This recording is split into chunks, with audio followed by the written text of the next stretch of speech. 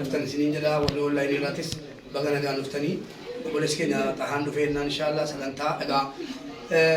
دعائي كان سلا سكنتا بني سأقوله دعائي لان يقالوا ما مدته كعادة تذكروا بينو تيجي كجماعة يروح كرتي ساعتين تونم بيكين سرپرائزي لوالي كن جدنا اليومي ساعتي اليومي كنا نوامني سرپرائزي كو تشوفي ولسه كنا جلني سرپرائزي تشوفه يبلا إذا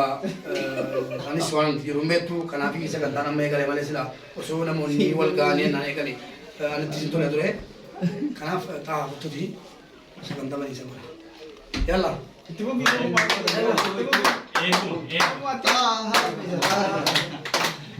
bisa buat kan keluar saja. Boleh sekiranya, ahani kidir mana media bersara balik, ini nama media sebawa surat media ni, gak baca kabar ke di Banu, wan ebot di Banu mati fakatan, kawet, tahakin jawab kan nufte, amma sekarang tahu ni sahaja anu jadi ni tak kaduai ke di Banu, ke situ media tu golem benu. Dekam agaru, alhamdulillah, Rasulullah sallallahu alaihi wasallam. Ya Rabbi hajabasi, ya Rabbi hajabasi, azanur rakasi, ya Rabbi bala buju, salaman ubasi. Ya Rabbi manor mobi dunia akhirat macam ini kabus, ini tabes, ini mutum malan lolisa kabus, ini neganis, ini kabate abba miliar tidak mes, ini kamne, akar wajurus.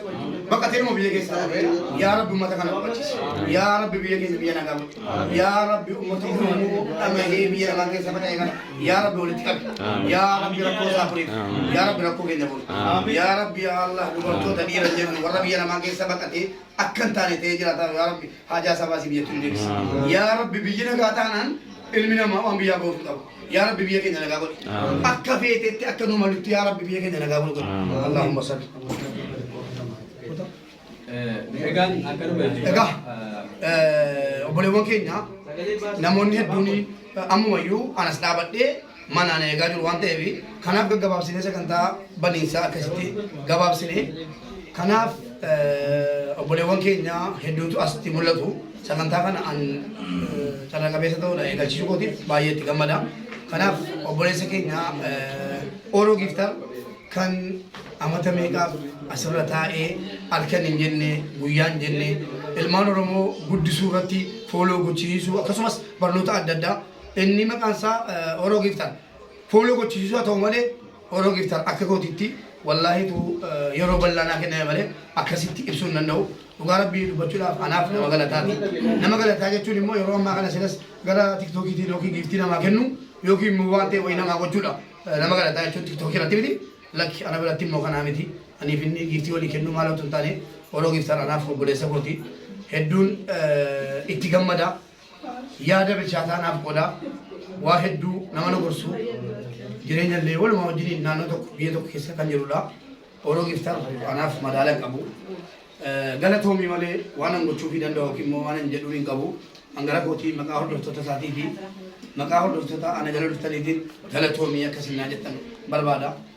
oroo giftaan ogaa hedduu biyya kana keessa hojii lakkoofsineerra guyyaa tokko utuu walitti mufatiin haga hadhaa dirasi haga hadha sa'aatii kanatti utuu guyyaa tokko waliin mufachiisin dhagaan walitti bu'a anaaf inni guyyaa tokko walitti hin bu'in guyyaadha yoo keenyaatiif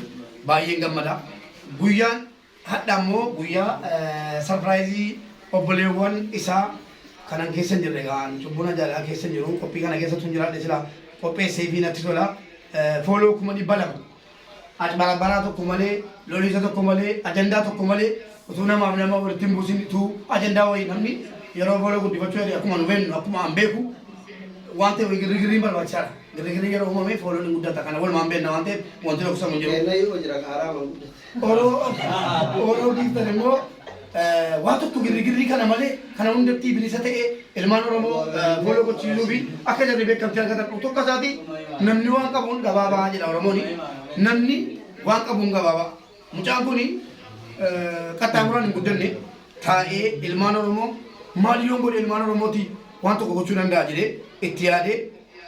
halkaniif guyyaa ganaman jedhu guyyaan jedhu halkaniif jedhu taa'ee fooloo kan koo dabalatee jedhu akkaawuntii tokko kan naa guddise dhugaa rabbii dubbachuudhaaf isatu nama hedduu wal barsiise akkaawuntii ilmaan Oromoo yoo guddise ilmaan Oromoo miidiyaa kana irratti yoo hirkifamanii guddatan نعم ما دجيلي أما دلنا توك جري أول بتجرا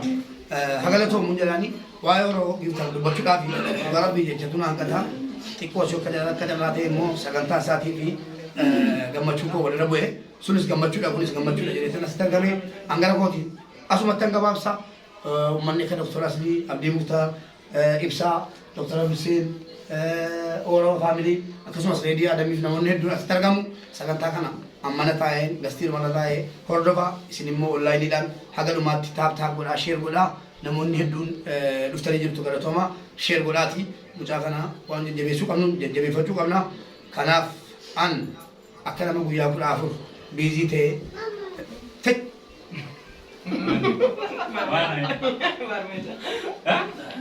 karena ta jualan khalisa wana khalisa ta kala rate please ni manamiti manafi wan dande hundan berada banne support done mucakan anjabat sira sunti ni ngaba dulu jawab tu amna akana ma guya kula afran kana guya kula nankana ala mana ko din busy te to koti وما تقولي وأنا كبدي في أبولي سكين فكاتو قالوا هاتو فكيسوا ما في داركوتين كنا نسا كبدي في يسيتن دارا سكان تاكو منا كبدي ديما دارا توما الفادا أورو كتير سنا بيدا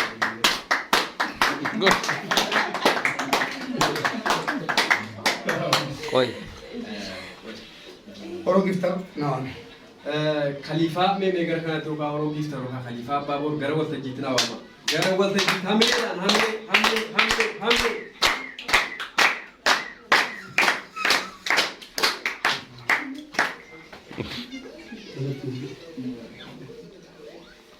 أيه أما سكنتا كناتي كم كونتي دولا بو فمي أو كيمو أنكو تزرتي أسارو في أكو ما سيمبتنو يروم ما كنا كسموت هيد دولا كابا إني ونني بيكونجلو إلي هوني يو إندو فينا جدًا دوغالا بيلو بتشوف إندو فينا تي نانجلاني داروني مو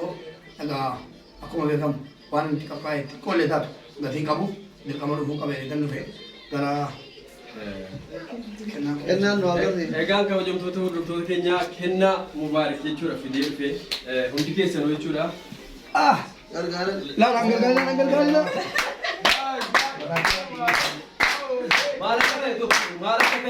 malakate hamle tilmama hamle abara mubarak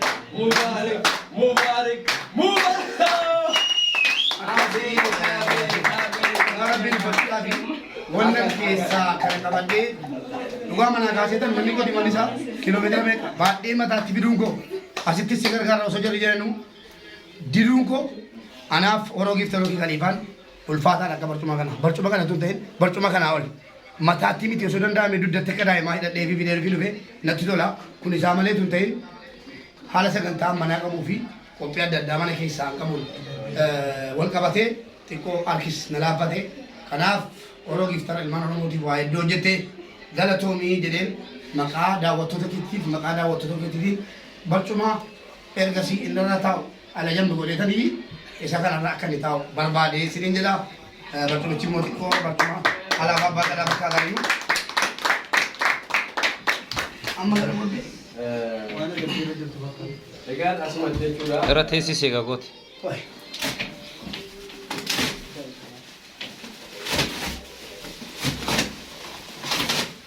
Coba ya kan? dia ambil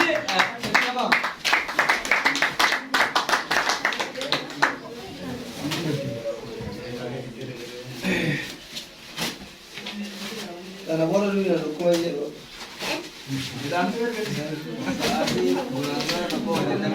Wala ada tahu ya, tapi kau dure Wanni waan kana fedheef dhugaara bilbachuudhaafi inuu barcuma mijataa akkasii irra teenyeyyuu geemii taphata. Mucaan kun nama geemiitiif geemaraa miti. Nama ilmaan oromootiif faayidaa akkamii kenne si jedhu isiniyyuu hin beektu. Nama barcuma sanarra taa'ee barcuma sanarra deeqaa shan dandeenye taa'u dhugaara bilbachuu wallaahi yeroo yuutuubii dalaguyyuu lafa taa'ee yookiin waa biraarra taa'ee malee barcuma sanarra taa'ee dandeenye sa'aatii dheeraadhaaf barcuma sanarra taa'ee hojjetaa jiraachuusaa ana bituusi natti dhagahameeti akkama godhutuun jedhu yeroo sagantaan kun qophaa'eera jechuu dhagahu baay'ee gammade maaliif silaa akkamittan geessan jedhaa jira Kalau kasih tu misalnya kita hatat rumah, kasih ti alaba abang kita pakai kami aja jadi biar tanah kasih. Tidak maaf firman pada firi. egaan akkuma beekamu jechuudha ijoolleen obboleewwan keenya gara waltajjiitti immoo amma jechuudha eenyunaaf Dr. Aslii gara waltajjiitti na affeera Dr. Aslii yeroo tokko hamileedha Dr. Aslii hamilee hotuuti wantu jedhiiti bahi Aye, tokko barate ana kameraan naan fuudhu. Akkam jirtu nagaa fayyaa keessanii dhugumatti baay'ee galatoomaa warri hiriyoonni keenya asitti argamtan haawwan obboloonni keenya warri mootuu asiin dhuftanii mana keenya jettanii daawwataa jirtanillee hundi keessatti sadarkaa kanaan ga'e galatooma. Takka irratti namni kamiyyuu amma yoo laalle haa ta'u iyyuu amma xiqqoo eega tiktaakiin dhufe namni keenya moobaayilii gurguddaa bitachuu eegalaara malee duraan feesbuukii kanarratti gaafa laayikiin takka lama sadi dhabamuu ture amma jijjiirama keessaa namni mana kuma dhibbaati mana miidiyaatillee warra kamasirratti haa uru ijoolleen keenya mana kuma dhibbootatiin miidiyaa isaanii eebbifachaa jiru. Alaa kulli haal yoo kaayyoo qabaatte yoo tartiiboo qabaatte numa galmageetti. Akka fakkeenyatti yoo fudhanne an horoo geettan waggaa sadii irraa akkas saayiba isaanii mana mubaarakitti argaa miidiyaa tokko dhaabaa turanii yaadadha gaazexeessaa ture ediitara ture mucaan kuni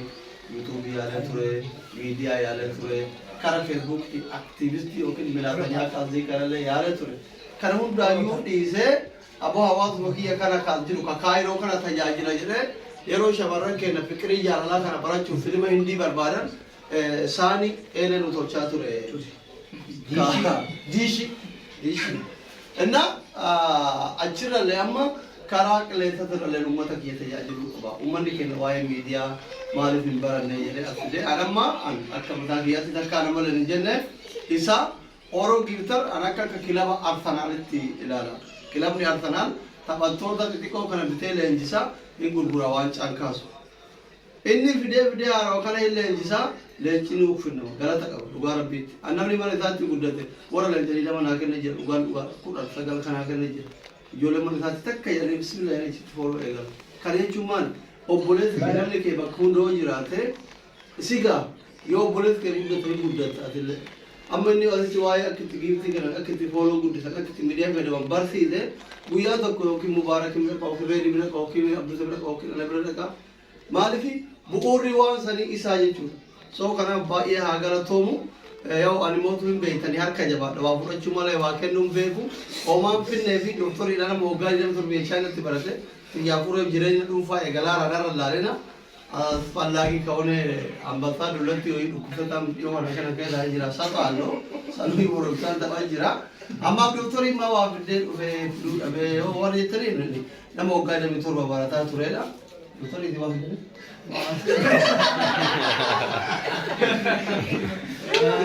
Nanti doktoron di baka awak pura cuma lewat kedu kan bela tiba kata anak doktor abu tu lewat bela dulu laman ni jam ujol leken pun tiga tahun orang negara TikTok itu fajartan welcome bagainya anak tani akada payah dalam TikToki akada business tigaltan akitis nerahin gubanne apa yang orang ujol leken nerah gubat mana menjelma Ufi seera cabsaa waan ta'eef seerota tiktaakii kana keessattuu akkaataa itti fayyadamtan akkaataa itti guddattan akkaataa itti giiftii kennitan fudhattan keessatti baafattan akkaataa viidiyoo qofaan isinii kafalu waan akkas akkasiisan dhuftanii kun mana barumsaa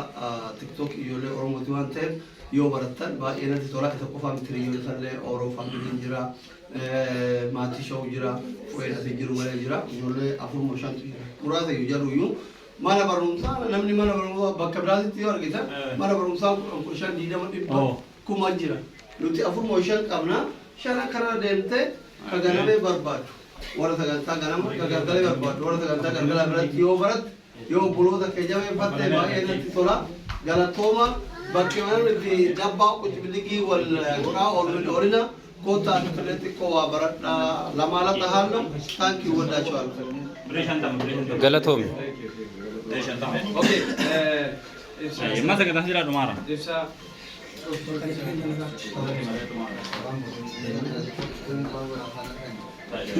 Okey, kabajamtoota hordoftoota keenya ammas jechuudha bakka kanatti jechuudha wanta kana dadhabbii guddaa keessa galee jechuudha obboleessi keenya tokko sagantaan kun akka qophaa'uuf jechuudha nama shoora guddaa taphatedha wanti kun qophaa'ee ijoollee Oromoo irra deemne jajjabeessina namoota sooshaal miidiyaa kanarratti ijoollee walitti qabaaran ijoollee wanta gaggaarii affeeraaran akkasumas immoo wantoota badaa irratti dhaqxee ijoolleen arrabsoo abaarsatti hirmaatanii bakka kanatti kan dhuftee wal guddisaatu kana jajjabeessuu qabna jechuudha obboleessi keenya ibsaa abbaa maccaa wanti kun akka qophaa'uuf shoora guddaa kan taphatedha haamileen kennaa fi gara waltajjii naafeera haamilee gara waltajjiitti naafeera inni immoo namoota akkasumas namoota galatoomaa jedhuun qabanatti fakkaata ibsaan akkuma beektan kunoo mucaa dheeraa kanadha hundi keessanuu jechuudha ibsaa maal akka jedhu gaa isa irraa dhageenya hamileen dhugaa isaaf mala maaliif nama jajjabeessuu irratti wanta guddaadha dhugaa rabbi